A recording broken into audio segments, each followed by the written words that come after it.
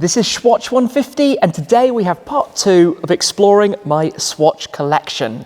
As you know from the videos I've shared over time on the Shmee 150 channel, and also from here at my garage on the channel for the Shmuseum, I am frequently seen with a Swatch on my wrist and have built up quite the collection. Here on the Swatch 150 channel, we're exploring these amongst all of the other content from my private watches, but also others I'm invited to showcase. And we've had part 1 looking at some of the destination specials, which is really a big part of what got me into collecting these, but today we have part 2 with some of the latest releases, the newest collections, and some pretty cool collaborations and limited editions to check out as well.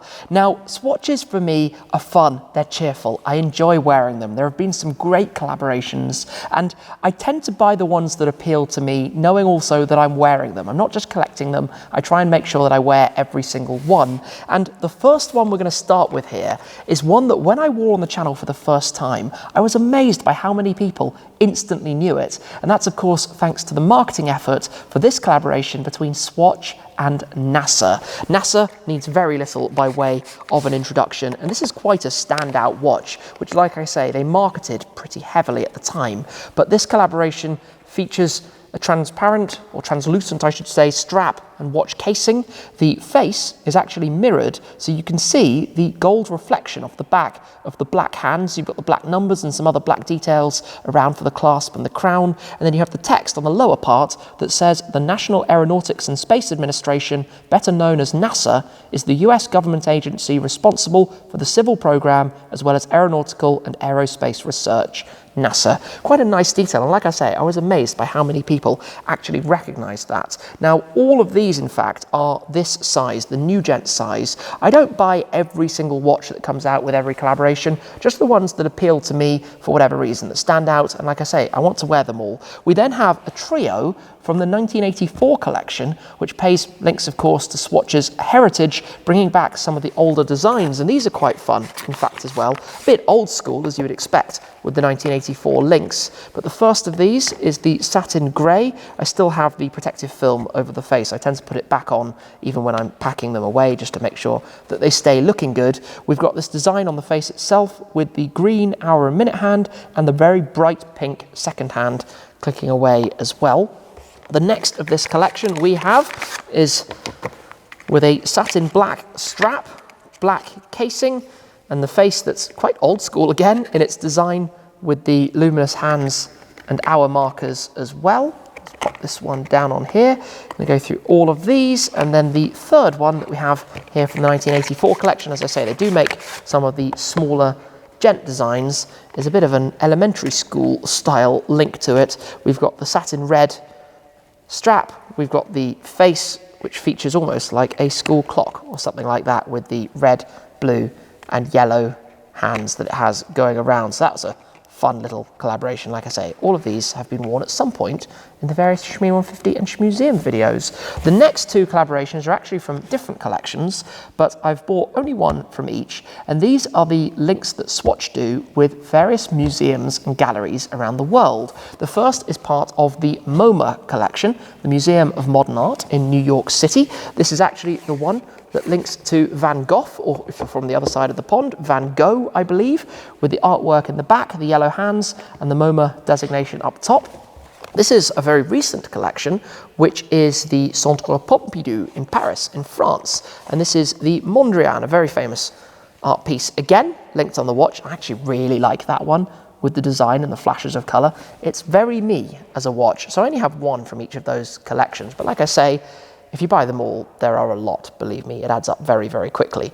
A collection I did buy all 4 of the new gent watches from, though, was the Peanuts collaboration. Now, as you've probably seen, I quite like Peanut stuff. Grew up with Snoopy and Charlie Brown, and a big fan of it all along the way. I've worn a jumper on a few occasions, or a sweater, I think the Americans would say, on the channel with a large Snoopy on it. I've actually got a Snoopy up there in the garage, and the large Maxi Snoopy I showed you on the channel as well, the Maxi Swatch. So they made a full collection, and there are more to share with you in future. But here we have the 4 regular Nugent watches that were part of the Peanuts collection. So if we open up the first with Charlie Brown kind of upside down on the top of it, we have this very, very yellow watch with the graphics, as you can see, all over it. And these are just fun because you can spend a long time looking at it, looking at the design. They're playful. And I think there's a lot of things around us in the world that are sometimes too serious, and that's one of the reasons I enjoy these. You know, they are special. These collections, they only sell for a short period of time, so, you know, eventually they'll be hard to replace, but you're not worried too much about wearing them. Yes, you have the acrylic glass over the top, so they scratch fairly easily. And some of these boxes, by the way, this style box, I'm not the biggest fan of, because when you open and close it, if you haven't put the protection back on, they scratch the face, which is kind of odd. So I'm not always positive about these things. That's one that I wish they would do slightly differently. You have to be really careful with it. The next is the Hee Hee Hee, which is the small one of the large one. It's fun to have both together, which is very much about one Mr. Snoopy. The blue watch with the yellow and white details that it has all around it. To go on to the third, we have the watch here with the whole crew in this sideways graphic. You know, the cartoon design literally on the watch and the group all together on the face, Peanuts gang. And I just think they're fun. You know, I know I'm saying that way too much when I talk about swatches, but I enjoy that there's very low barrier to entry. They're very accessible. There are shops all around the world. They speak to everyone. You know, yes, some are rarer and some of the older ones are really quite valuable.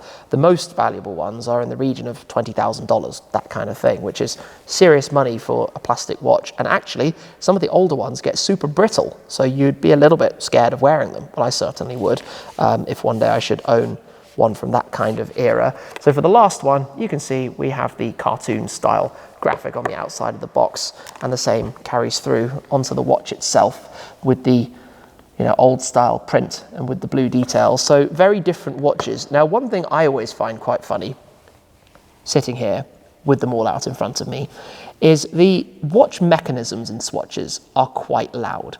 And I'm sitting here listening to only 10 of them, and they are ticking away like mad in front of me. And it's the same for the moon swatches. So if you're adverse to that, or if you were to put it on your bedside table and it would annoy you, I wouldn't recommend it. But nonetheless, I do enjoy them an awful lot. And you can see just from this mix, the range of colors.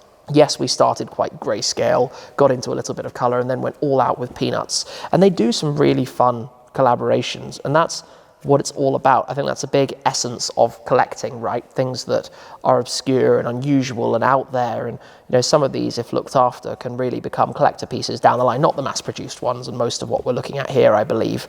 But to have worn them and to just enjoy them and share them and to see some of you spotting them is half the fun for me also. So a big fan of them all. Like I say, they really, really, really are just a fun thing, just something a little bit different. So that's basically part 2 of my Swatch collection. But like I say, there's a lot more to come, and I want to share next up, I think, one that's particularly relevant to now.